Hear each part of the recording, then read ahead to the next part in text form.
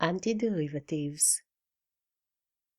Definition: a function capital F is called an antiderivative of f on an interval if the derivative of capital F equals f of x for all x's in the interval.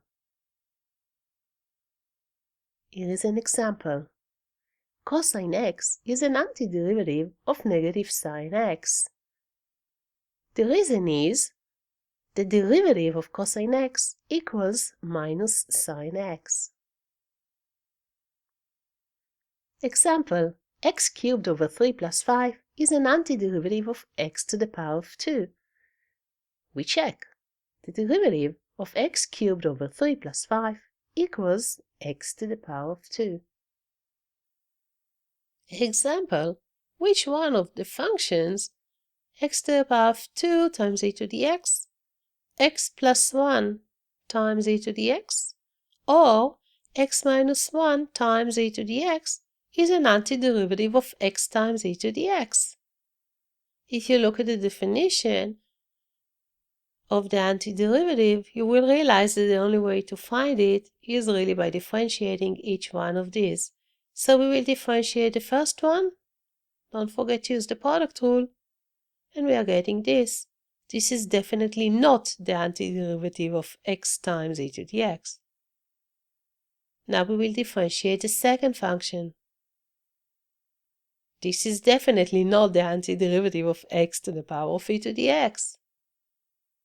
But when we differentiate x minus 1 times e to the x, we get x times e to the x. We can conclude then that this is the antiderivative of x times e to the x.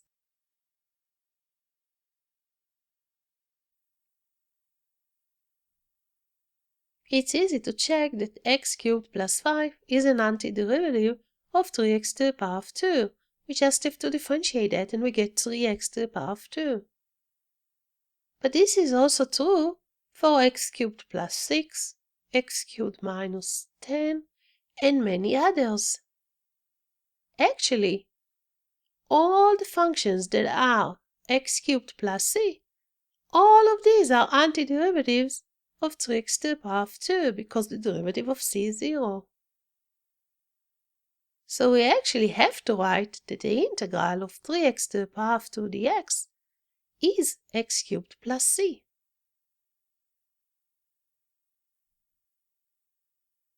As you can see, this is a function, but when we take an antiderivative of a function, we get a family of functions, because to every c we get a different curve. Theorem: let capital F of x be an antiderivative of f. Then capital Fx plus c is also an antiderivative of f.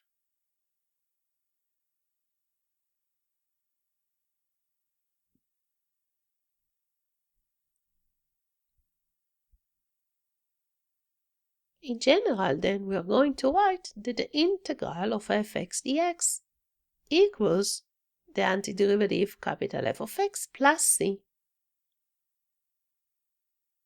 We call this integral the indefinite integral of f. The meaning of what was written there is really that when you differentiate this family of functions, because the derivative of c is 0, you actually get the derivative of capital Fx, and this is fx. Example: cosine x plus 5 is an antiderivative of negative sine x. The theorem above says that for every real number c, cosine x plus c is also an antiderivative of negative sine x.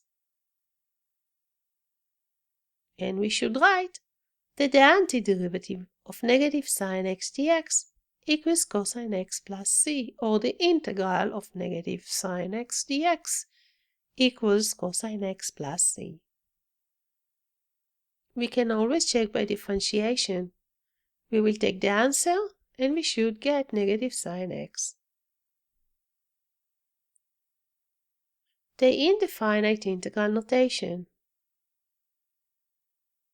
The notation is composed of first of all the integral sign, then the function that it called integrand, and dx is a differential. Yeah, it is a differential of x. And when we check, we can always differentiate the answer and we should get the integrand. Here are some basic antiderivatives of functions. Because when you differentiate a constant you get 0, the integral of 0 dx is a constant. Because when we differentiate e to the x we get e to the x, the integral of e to the x dx is e to the x plus c. When we differentiate a to the power of x, we get a to the power of x times ln of a. That's why the integral of a to the x dx is a to the x over ln of a plus c. We know that the derivative of ln of x is 1 over x. Also, it is true if you do the chain rule, then the derivative of ln of negative x is 1 over x. So we can really conclude that the derivative of ln of x in absolute value is 1 over x. And that's why the integral of 1 over x dx is ln of x in absolute value plus c.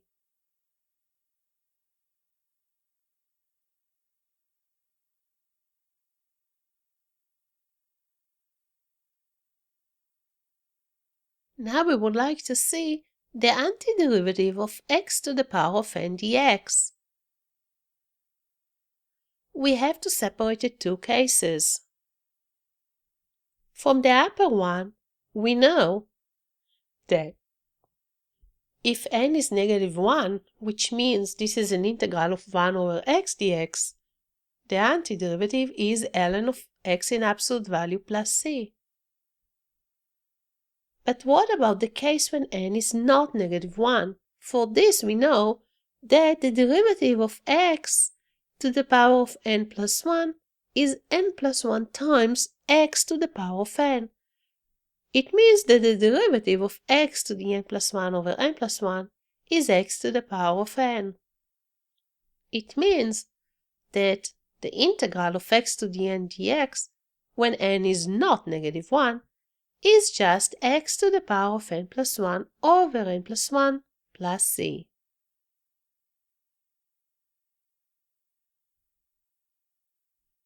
This is the power rule for integrals, only the second part. The integral of x to the power of n dx when n is not negative 1 equals to x to the power of n plus 1 over n plus 1 plus c. This is true to any real number n except for n negative 1.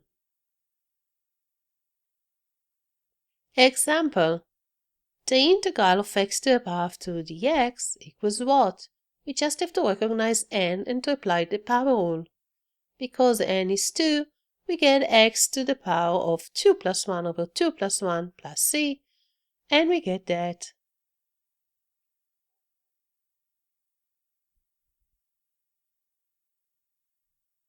Another example. In this case, you can observe that n equals 3. So we just apply the power rule for integrals, and we get x to the power of 3 plus 1 over 3 plus 1 plus c, and we get this.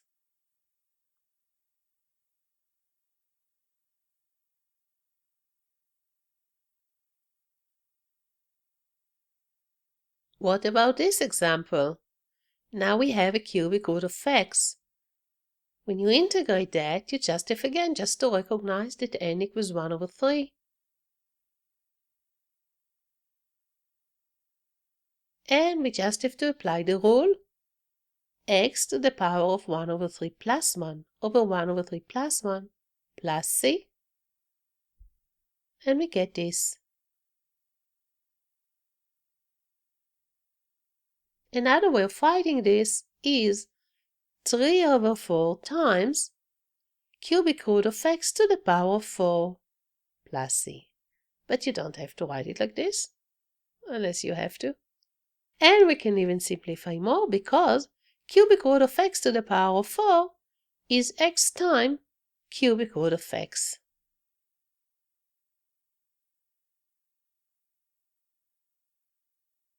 Let's now see the antiderivatives of trigonometric functions. Because of that, we get that the integral of cosine x dx is sine x plus c.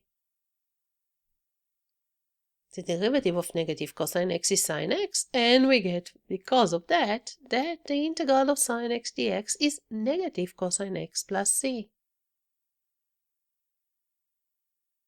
And because of this, we get that the antiderivative of secant to the power of 2x dx is tangent x plus c. And because of this, we get that the integral of secant x tangent x dx equals secant x plus c. And from here, we get that the integral of cosecant to the power of 2 of x dx equals to negative cotangent x plus c. And from here, we get that the antiderivative of cosecant x cotangent x dx equals negative cosecant x plus c.